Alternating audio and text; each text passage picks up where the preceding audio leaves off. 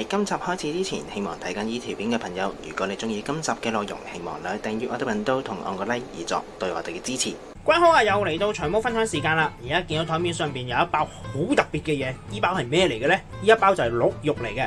其實我都揾得好辛苦，我都係託朋友託上先至可以揾得到翻嚟。特別同我訂嘅要鹿肉，大家基本上都好少機會食到噶啦。香港好似得一兩間餐廳先有鹿肉食嘅，都要係比較好冷門嘅嘢。但係喺外國去到呢秋天冬天嘅時候，都會煮鹿肉食嘅，因為佢哋秋天同冬天嘅時候通常都係食野味多嘅。嗰啲野味咧有兔仔、有鹿肉、有野鴨嗰啲，呢時候就比較適合煮啲比較冷門另類嘅嘢食啦。今次咧，我哋就會用呢個鹿肉嚟做一道複雜少少嘅菜式。今集威靈頓鹿，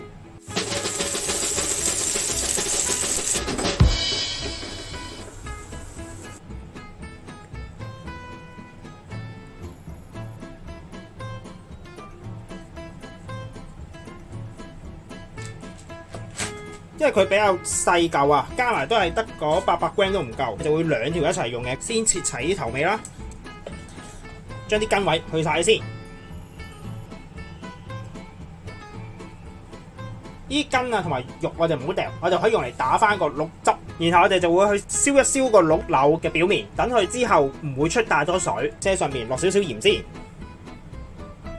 少少黑椒粉，少少白胡椒粉，將另一塊搭上去，吸一吸翻多餘嘅，另一邊都係。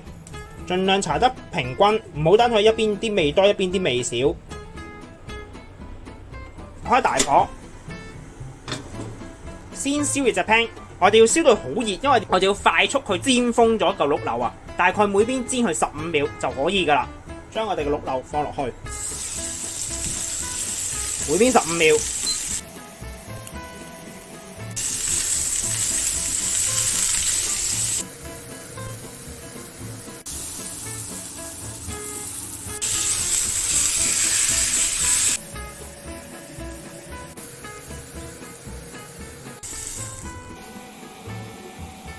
每邊煎好晒之後，熄火，將我哋嘅鹿柳擺落個架裏邊風乾嘅。而家俾大家睇一睇，見到其實入邊係仲係生嘅，所以記得煎封嘅時候，千祈唔好擺到室溫先至煎封。擺到室溫嘅煎封嘅時候，你就會好容易煎得過熟啊！呢個時候，我哋要擺落雪櫃吹乾佢啦。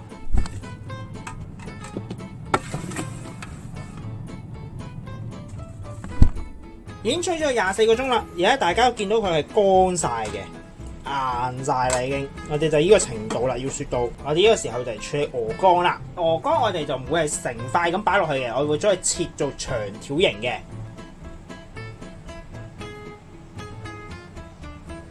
大概就係咁啦。然後我哋會將鵝肝攞去煎封咗佢先嘅。煎封完鵝肝就會冇咁容易會溶焗嗰時，同埋可以保持住佢嘅完整性。煎鵝肝我哋唔需要落油嘅，就咁白鑊煎。想知個 pan 夠熱未呢？攞少少川明嘅鵝肝擺落個鑊嗰度試一試，差唔多啦，可以㗎嚟㗎，已經夠熱。因為鵝肝遇熱會溶啊，所以我哋大概輕輕每一邊辣佢10秒就夠㗎啦。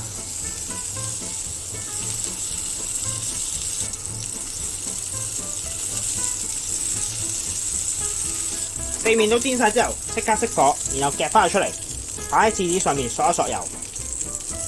因為而家鵝肝係軟身嘅，我哋先擺翻落雪櫃雪翻硬佢，然後我哋就可以擺落去個鹿肉嘅中間嗰度捲噶啦。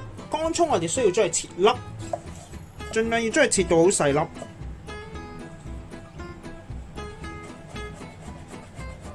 栗子同樣都係需要將佢切粒。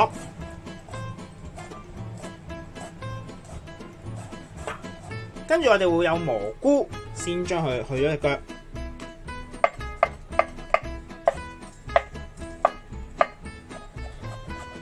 先落少少油喺個 pan 度先，再加牛油，等佢炒出嚟可以香啲啊！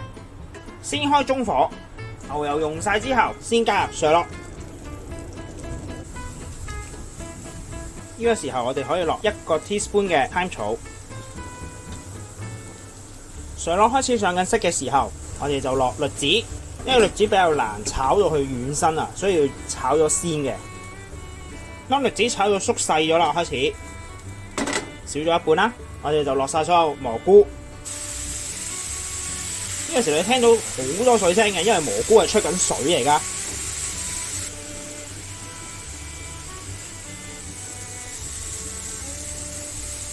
呢個時候已經冇乜點出水，我哋就可以落少少幼鹽、少少黑椒粉，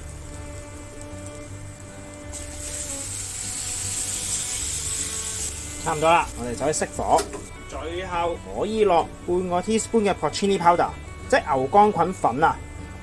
如果屋企冇牛肝菌粉嘅，你可以買乾嘅牛肝菌翻嚟自己打粉，兜勻佢。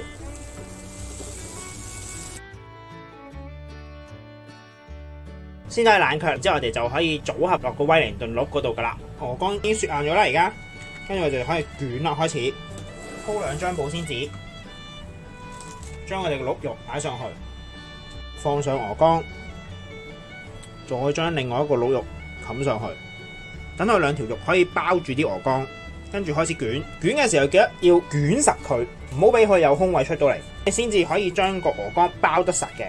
將兩邊嘅空氣攞翻出嚟。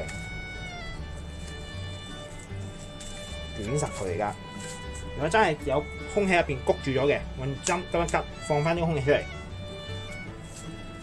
捲到緊啦而家，再捲佢一次，同樣都要捲實佢，扭咁實，捲咁實，因為而家要將佢定型啊，所以一定要扭到最實，定完型之後對之後有幫助嘅。然後我先擺翻落雪櫃，雪佢最少1至2個鐘頭，等佢雪翻硬同埋定咗型啦。我哋就會再捲佢噶啦，可以。我哋將頭先切出嚟嘅肉，即係切成粒，因為我哋用嚟熬翻個鹿汁嘅用嚟。當啲材料準備好晒嘅時候，我哋而家就嚟開始做呢個鹿汁，跟住加埋牛油。先燒溶咗個牛油先，啲油熱之後就落晒啲鹿肉落去，先將啲鹿肉炒到佢上晒色先，差唔多啦。然後落洋葱。洋葱炒到深色之後，就可以落甘筍、西芹，仲有之前嘅蘑菇腳。當西芹同紅蘿蔔都炒到上色之後，我就落茄膏。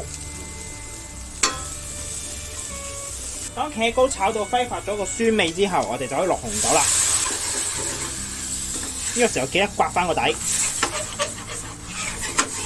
當紅酒炒到差唔多冇晒啦，已經。你見到而家都乾啦，開始我哋就落雞湯。今次我哋會用 brown chicken stock 嘅，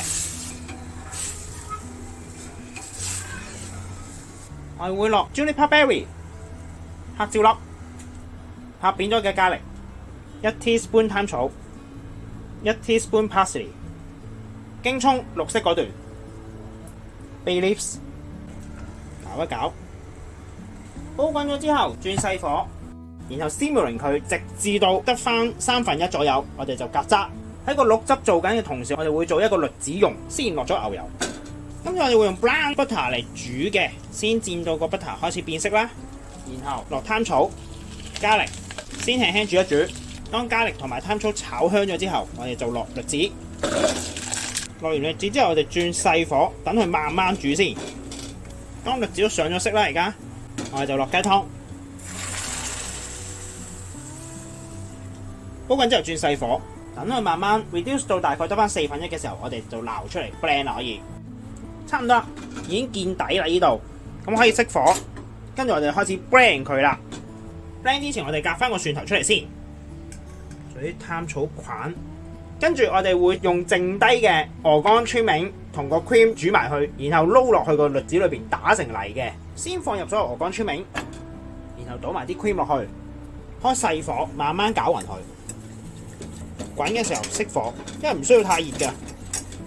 然後我哋可以落1茶匙白蘭地，我哋開翻火，都係最細火，同啲栗子倒埋一齊，跟住 blend 佢得噶啦。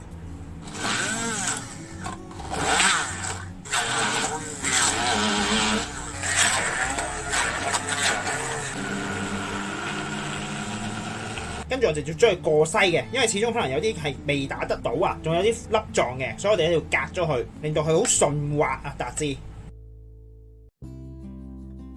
一啲渣佢就過唔到噶啦，啲栗子蓉就喺下邊咧幾 smooth。我哋先處理晒所有栗子蓉先，然後個鹿汁都已經煎到已經係接近見底啦，熄火，然後隔渣，再過多一次密少少嘅篩。呢一碗就係我哋嘅鹿汁啦，而家先擺開一邊先。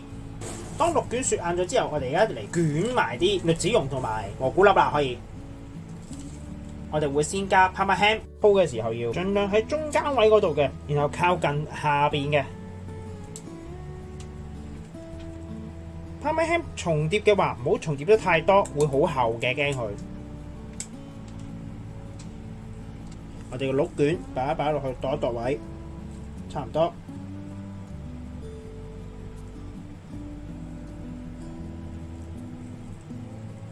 然後我哋稍微搏一搏長佢啫。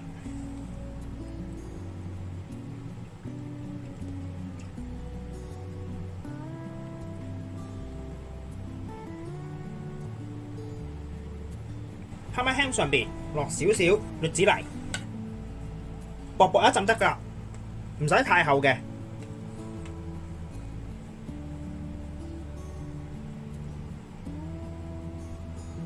鋪好咗之後，跟住我哋就會落蘑菇粒，同樣薄薄一浸夠㗎啦，唔需要太多。鋪好晒之後，先將我哋嘅鹿卷擺落去，跟住開始捲。捲嘅話一樣要拉緊佢，同樣將兩邊扭死，再捲一次。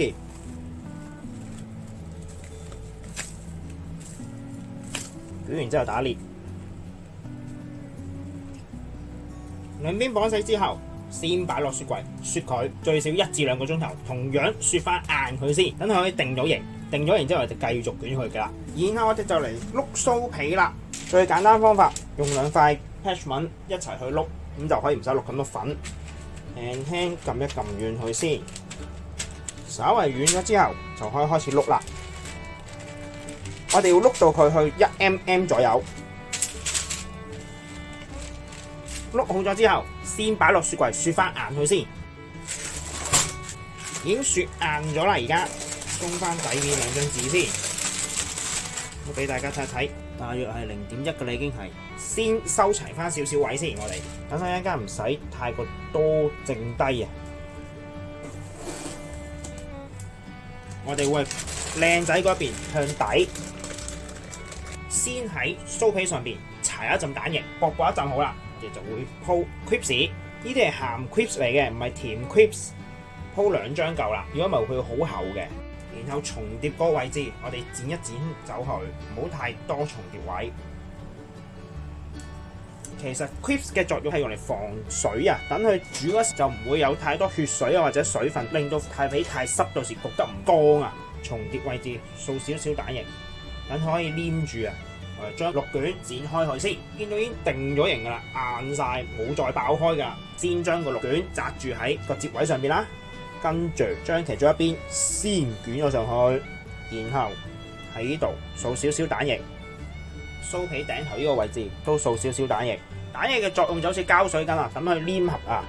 我哋先將我哋2塊 crisps 捲咗上去先，跟住將酥皮疊上去。呢個時候咧，佢已經黏住咗噶啦，然後再將後邊嗰塊酥皮捲上去，盡量將佢掹到最緊，佢就已經完全覆好咗噶啦。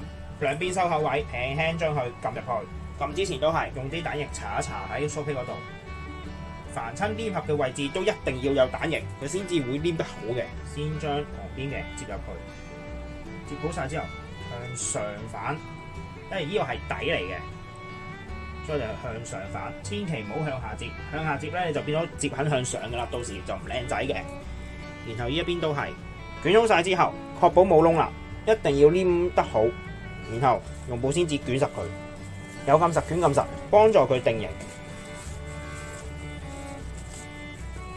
因為捲咗第一浸啦，然後我哋落多一浸保鮮紙擺上去，然後再捲佢，同樣都要收到最緊嘅，先至可以令到佢焗出嚟貼服啊！捲好咗之後，將兩邊打裂，綁死佢。綁死佢之後，要揾翻啱啱對接位，就依度啦，有條痕嘅，呢個就要底紮住佢。擺翻落雪櫃1至2個鐘頭，雪到佢塊酥皮硬為止嘅都係要，同埋要等佢定晒型啊！而家要鹿卷已經雪硬咗啦，而家我哋就準備一個盤，上面鋪張 parchment。我見到係封死咗嘅，因為紮住咗個封口位咧，所以佢而家係黐實咗噶啦。其他封口位亦都捲住咗噶啦，係唔會爆開嘅。而先掃第一層蛋液，薄薄一層得㗎，唔需要太厚嘅。我自己就會掃3次蛋液，每掃完一次擺落雪櫃雪佢最少15至20分鐘，等佢掃嗰一浸蛋乾咗之後，就先上第二浸嘅，出嚟嘅成品就會隻色靚啲。記得頭尾都要掃嘅。掃完之後，我哋先擺落雪櫃雪佢15至20分鐘先。啲蛋液已經喺面頭吹到乾晒啦，先將佢擺落砧板上面。點解呢？因為我哋要戒花紋啦。開始，如果你哋想戒啲花紋落去嘅話，最好戒咗先至掃第二次蛋液。點解呢？因為戒完之後先上蛋液嘅話，你嘅花紋係會焗得靚啲嘅。花紋款式隨你哋嘅，冇所謂。我自己通常就會用前面嗰橛嚟戒花紋嘅，有啲人會用刀背嚟戒，話唔好戒穿個皮。其實如果你控制力度控制得好，其實你直接用刀尖呢個位置嚟戒都可以嘅，但係要輕手，唔好太大力，真係唔好戒穿晒個皮。戒穿晒個皮，到時候焗出嚟咧就唔靚仔啦，同埋佢入邊啲汁液有可能會漏出嚟嘅。輕輕喺表面戒即啦。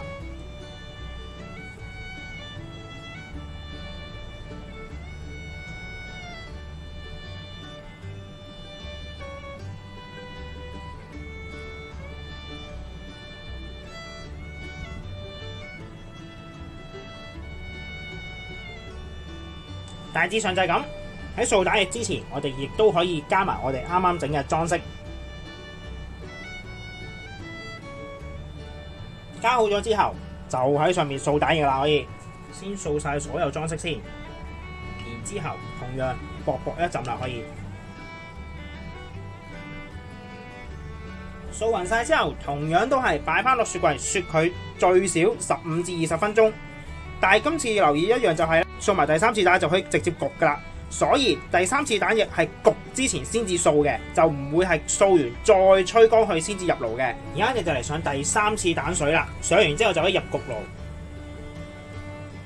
焗爐我哋要校去210度，先俾佢預熱半個鐘頭，然後我哋就可以將我哋酥皮直接擺落去，唔需要話將個酥皮攤翻室溫先擺嘅，因為攤翻室溫你會太腍嘅時候焗出嚟唔係咁好嘅。所以最好係凍嘅時候擺佢落去咧，焗嘅就會比較好啲。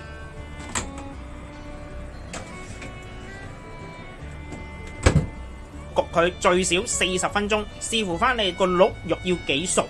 如果可能要大概50%熟嘅，就預40分鐘左右。如果你可能想生啲嘅，咁你可能要30至35分鐘就可以噶啦。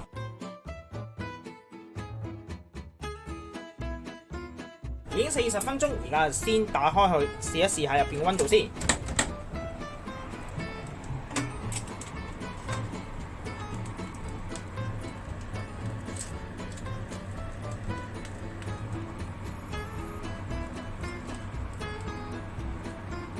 入邊係暖嘅，而家就可以攞出嚟啦。焗完之後，我呢個時候要等佢先 rest 翻15至20分鐘，跟住再用180度焗佢5至10分鐘，等佢 reheat 翻就得噶啦。唔需要話好熱，純粹 reheat 翻去得噶啦。因為其實而家要等佢入邊碌肉鎖住啲肉汁，切嗰時候就唔會係咁湧出嚟噶。所以其實威靈頓唔係話一出爐就要即刻切嘅，係要等佢 rest 嘅。我哋先等佢 rest 咗15至20分鐘先。然後滷汁嘅話，我哋會加埋個紅酒醋汁落去嘅。所以我哋而家先嚟做一個紅酒醋汁先。第一件事，倒晒啲紅酒落去啦，紅酒醋、tarragon、上落。紅酒汁滾起之後，轉細火，等佢慢慢煮到去得翻1-2個 teaspoon 就可以熄火啦。去到尾段嘅時候要小心，因為佢得翻好少嘅，就好容易會燶嘅呢個時候，需要小心睇火。好，差唔多啦，可以熄火，然後再隔渣先。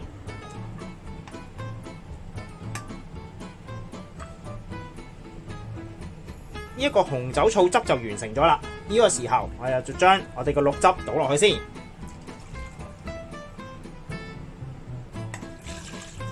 然後煮到佢大概得翻1/4左右，或者煮到佢結身就可以噶啦。燒滾咗之後，轉細火，等佢慢慢煮。呢個時候紅酒醋滷汁亦都完成咗啦。你都見到而家係掛晒根嘅，黏性好高噶啦，差唔多乾啦，已經去到個地步。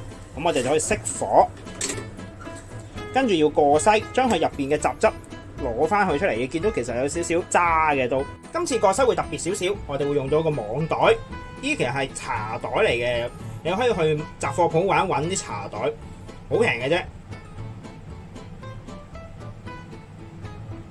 然後我哋將佢壓晒出嚟，去俾大家睇一睇。喺入邊你都見到其實仲有好多渣嘅，呢啲渣嚟嘅就係，呢個我哋就唔要噶啦。呢一碗紅酒醋鹿汁就完成咗啦，先擺喺一邊先。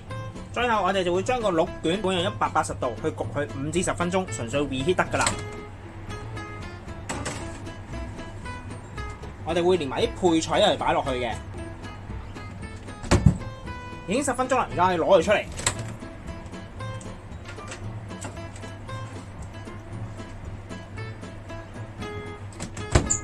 跟住就係最緊張嘅時刻，我哋都即刻切開佢㗎，唔需要唞。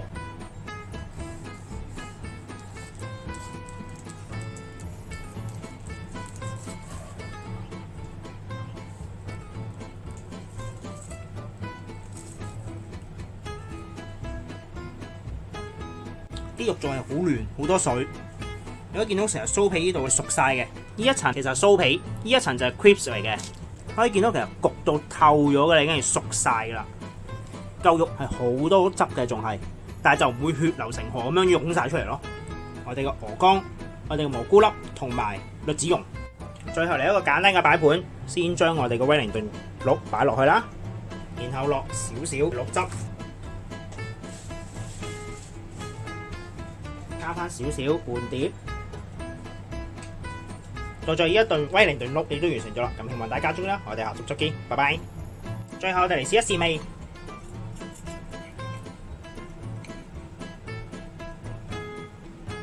我先就咁試咗個鹿肉先，鹿肉係好腍好鬆軟，加埋個醬一齊食。加埋個紅酒醋鹿汁之後，因為佢帶少少酸酸地啊，但係你加埋個汁之後咧，你就係唔覺得佢有臊味噶啦。因為鹿肉其實帶少少臊味，我見到而家仲係好多汁嘅。今集亦都差唔多啦，多謝各位收睇。詳細食譜我哋會上傳喺 Facebook 嗰度，有興趣嘅話可以上去查閱。另外，如果中意我哋頻道嘅話，希望可以訂閱我哋頻道同按個 like 以作對我哋嘅支持。希望大家中意啦，我哋下集再見，拜拜。